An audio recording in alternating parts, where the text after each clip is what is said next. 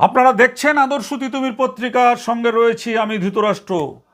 আজকের প্রতিবেদন 2024 সালের লোকসভা নির্বাচনে ব্যারাকপুর লোকসভা কেন্দ্রের প্রার্থী ছিলেন অর্জুন সিং, বিজেপি। তৃণমূলের ছিলেন পার্থ ভৌমিক। বীজপুর, যেটাকে কাছড়াপাড়া বলে, সেই কাছড়াপাড়া এক যুবককে আপনারা দেখেছিলেন, যিনি সরাসরি অর্জুন সিংয়ের দিকে আঙুল তুলে চ্যালেঞ্জ করেছিলেন, আমার নাম বনি, আমি তোমাকে দেখে নেব। মনে আছে আপনাদের সে কথা?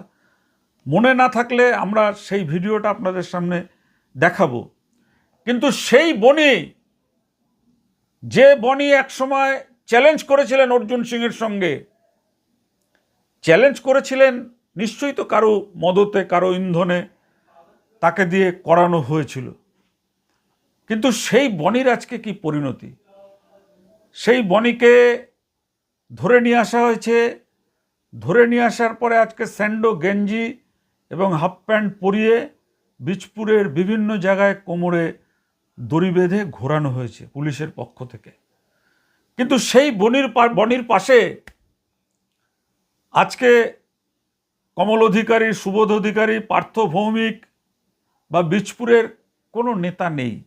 একা শূন্য বনি, তাকে ঘোরানো হচ্ছে। সাংবাদিকরা একের পর এক প্রশ্ন করছে, বনি একেবারে নীরব, নিশ্চুপ। এমনটাই বোধহয় হয়। রাজনীতিতে যারা আসেন তাদের মধ্যে যদি কোনো আদর্শ বোধ, ভালো কাজ করার প্রবণতা না থাকে, যারা নেতা হতে আসেন তারা এই বনির মতন একটু মাথা গরম, বনির মতন একটু সুঠাম চেহারা, একটু বাহুবলীদের হাতে নেয়। হাতে নিয়ে নেতার সঙ্গে যার শত্রুতা, তাদেরকে ব্যবহার করা হয় সেই কাজে। অন্য দলের নেতাকে কটু কথা বলা, অন্য নেতাকে চ্যালেঞ্জ করা, অন্য নেতার সঙ্গে গণ্ডগোল করা, এগুলোর কাজে লাগানো হয় বনিদের মতন এই ধরনের রাজনৈতিক জ্ঞান শূন্য যুব সমাজের ছেলেদের। আজকে বনিকে যেভাবে ঘোরানো হয়েছে এবং বনি যেভাবে সাংবাদিকদের প্রশ্নে একদম নীরব থেকেছেন, যেটা দেখার পরে আমাদের এইটাই ধারণা হয়েছে, এটাই ভাবনা হয়েছে যে বনি 2024 সালে এইভাবে চ্যালেঞ্জ করলেন, সমস্ত মিডিয়াতে তাকে দেখানো হলো, সমস্ত মিডিয়াতে তিনি ভাইরাল হলেন। সেই বনি এবার বিধানসভা নির্বাচনে গণনার সময়ও তৃণমূল প্রার্থীর গণনার এজেন্ট ছিলেন এবং তৃণমূল প্রার্থী হেরে যাওয়ার পরে তাকে যখন মারধর করে বিরোধীরা সেখান থেকে বার করে দেয় গণনা কেন্দ্র থেকে, সেই সময় কিন্তু বনিকেও মারার জন্য উদ্ধত হয়েছিলেন বিজেপির কর্মীরা। কিন্তু তাকে রক্ষা করেছিলেন সেই সময় এই অর্জুন সিংই। না, কেউ গায়ে হাত দেবে না, বনিকে কিন্তু ছেড়ে দেওয়া হয়েছিল। বনি এরপর চলে গেছিলেন এলাকা ছেড়ে, একেবারে দীঘা সমুদ্র সৈকতে চলে গেছিলেন। সেখান থেকে পুলিশ তাকে ধরে নিয়ে আসার পরে আজকে বনিকে রাস্তায় নামানো হয়। হাওড়ায় যেভাবে ঘোরানো হয়েছে, সাকরাইলে যেভাবে কোমরে দড়ি বেঁধে ঘোরানো হয়েছে, আজকে বীজপুরেও সেই একই ঘটনা ঘটল। কিন্তু এই যে যাদের ঘোরানো হচ্ছে, তাদের ক্রিমিনালকে তৈরি করলো, তাদের সমাজবিরোধী কে তৈরি করলো? তারা তো জন্মাবার পরেই সমাজবিরোধী হয়নি, জন্মাবার পরেই তো তাদের এরকম মারমুখী মেজাজ হয়নি, তোলাবাজ তৈরি হয়নি।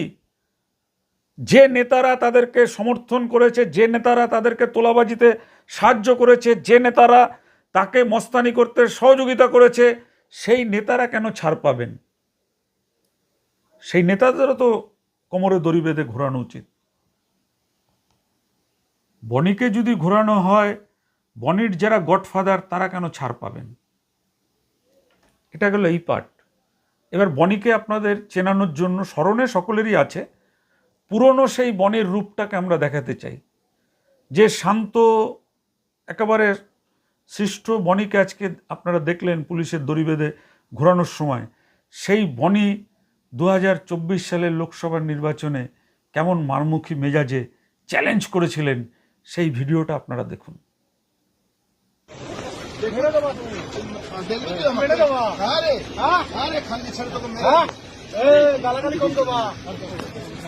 গালাগালি কাকে দিচ্ছ? তখন থেকে সারা লোক আছে। কে লোক আটকাচ্ছে? তুই। কে লোক আটকাচ্ছে? তুই। তুই লোক আটকাচ্ছিস। হ্যাঁ? তুই মহিলা দেখাচ্ছিস। তুই দেখাচ্ছ আমায়। কে দেখাচ্ছিস? তুই। কি? তুই এখানে লোক আটকাবি? কে আটকাচ্ছে? তুই। তুই লোক আটকাচ্ছিস। আমি কি দাদা আপনার নাম কি? নাম কি? কাগজ কোথায়? আছে তো। কাগজ কোথায়? কি এটা দেখালে কি করছে? রাস্তায় কি করছে? আমি যাচ্ছি, বাড়ি থেকে যাবো না। বাড়ি যাচ্ছি। কোথায় ছিলেন? দেখেছেন আপনি? আপনি দেখেছেন? আমার নাম বনি। আমার নাম বনি। কি করবি? আমার নাম বনি। আমার নাম বনি। আমার নাম বনি। কি করবি? আমার নাম বনি। আমার নাম বনি। আমার নাম বনি। কি করবি?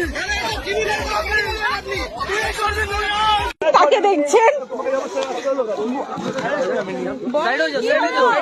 তোমার নামে যে এখানকার মানুষ অভিযোগ করছে এই যে তুমি তোলা নিতে এখান থেকে বিভিন্ন কোটা থেকে টাকা দিতে, তোলা টাকা দিতে।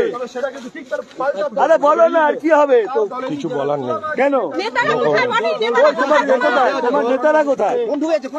যে একা একা এটা নামা দেখতে পাচ্ছেন তুমি, কি তোমার কোনো আক্ষেপ আছে? আপনারা তো দেখলেন, এবার আপনারা বলুন যে এই যে বনির কোমরে দড়ি বেঁধে ঘোরানো হয়েছে, হাফ প্যান্ট পরিয়ে স্যান্ডো গেঞ্জি গায়ে দিয়ে, এই সাধারণ ঘরের একটা ছেলেকে যারা গুন্ডা তৈরি করলো, সাধারণ ঘরের একটা ছেলেকে যারা মদত দিয়ে ইন্ধন দিয়ে তোলাবাজ তৈরি করলো, যে বনির হাতে অস্ত্র তুলে দেওয়া হলো, যে বনিকে দিয়ে বোমাবাজি করানো হলো, সেই বনিকে যারা তৈরি করলেন একটা সাধারণ ছেলে থেকে সমাজবিরোধী, একটা সাধারণ ছেলে থেকে গুন্ডা, একটা সাধারণ ছেলে থেকে দুষ্কৃতী, তার ইন্ধনে তার মদতে যে সমস্ত রাজনৈতিক নেতারা ছিলেন তাদেরকেও কেন বনির মতন কোমরে দড়ি বেঁধে ঘোরানো হবে না? আমাদের তো মনে হয় ঘোরানো উচিত। আপনারা কি বলেন? আপনাদের মতামত আমরা জানতে চাই। আজকের এই খবরটা এই কারণেই আমরা আপনাদের সামনে তুলে ধরলাম যে যারা রাজনীতি করেন তারা আগামী দিনের কথা চিন্তা করবেন। যে রাজনৈতিক ক্ষমতা এটা কিন্তু মানুষ দেয়, এই ক্ষমতাটা কিন্তু সারা জীবন কারুর হাতেই থাকবে না, কারুর হাতেই থাকবে না। ক্ষমতা মানুষ দিয়েছে এবং এই রাজনৈতিক ক্ষমতায় যে কোনো মুহূর্তে আবার মানুষ কেড়ে নিতে পারেন। সেই জন্য এমন কিছু করবেন না যাদের এই স্যান্ডো গেঞ্জি পরে, হাফ প্যান্ট পরে, কোমরে দড়ি বেঁধে ঘুরতে হয়। কারণ এই বনিরও তো একটা পরিবার আছে, বনিরও তো মা বোন আছে, বনিরও তো স্ত্রী সন্তান রয়েছে। আজকে তারা যে ছবি দেখছে, এই ছবি দেখার পরে তাদের মনের অবস্থাটা চিন্তা করুন। তাদের তো চোখের জল ফেলা ছাড়া আর কিছু নেই। আজকে রাজনীতি করতে এসে একটা ছেলেকে ক্রিমিনাল তৈরি করে দেওয়া হলো, সেই ক্রিমিনাল তৈরি হওয়ার পরে তাকে যখন এইভাবে শাস্তি ভোগ করতে হচ্ছে, তার পাশে তার দলের কোনো মানুষ নেই কেন? আমাদের এটাই প্রশ্ন। আজকে সেই কারণেই এই প্রতিবেদনটি তুলে ধরছেন আমাদের ক্রাইম রিপোর্টার সুরেন্দ্র কুমার সিং। আপনারা আমাদের চ্যানেলটিকে সাবস্ক্রাইব করবেন, দ্রুত মানুষের কাছে ছড়াবেন। প্রত্যেকের কাছে এই বার্তা যাওয়া উচিত বলে আমরা মনে করি।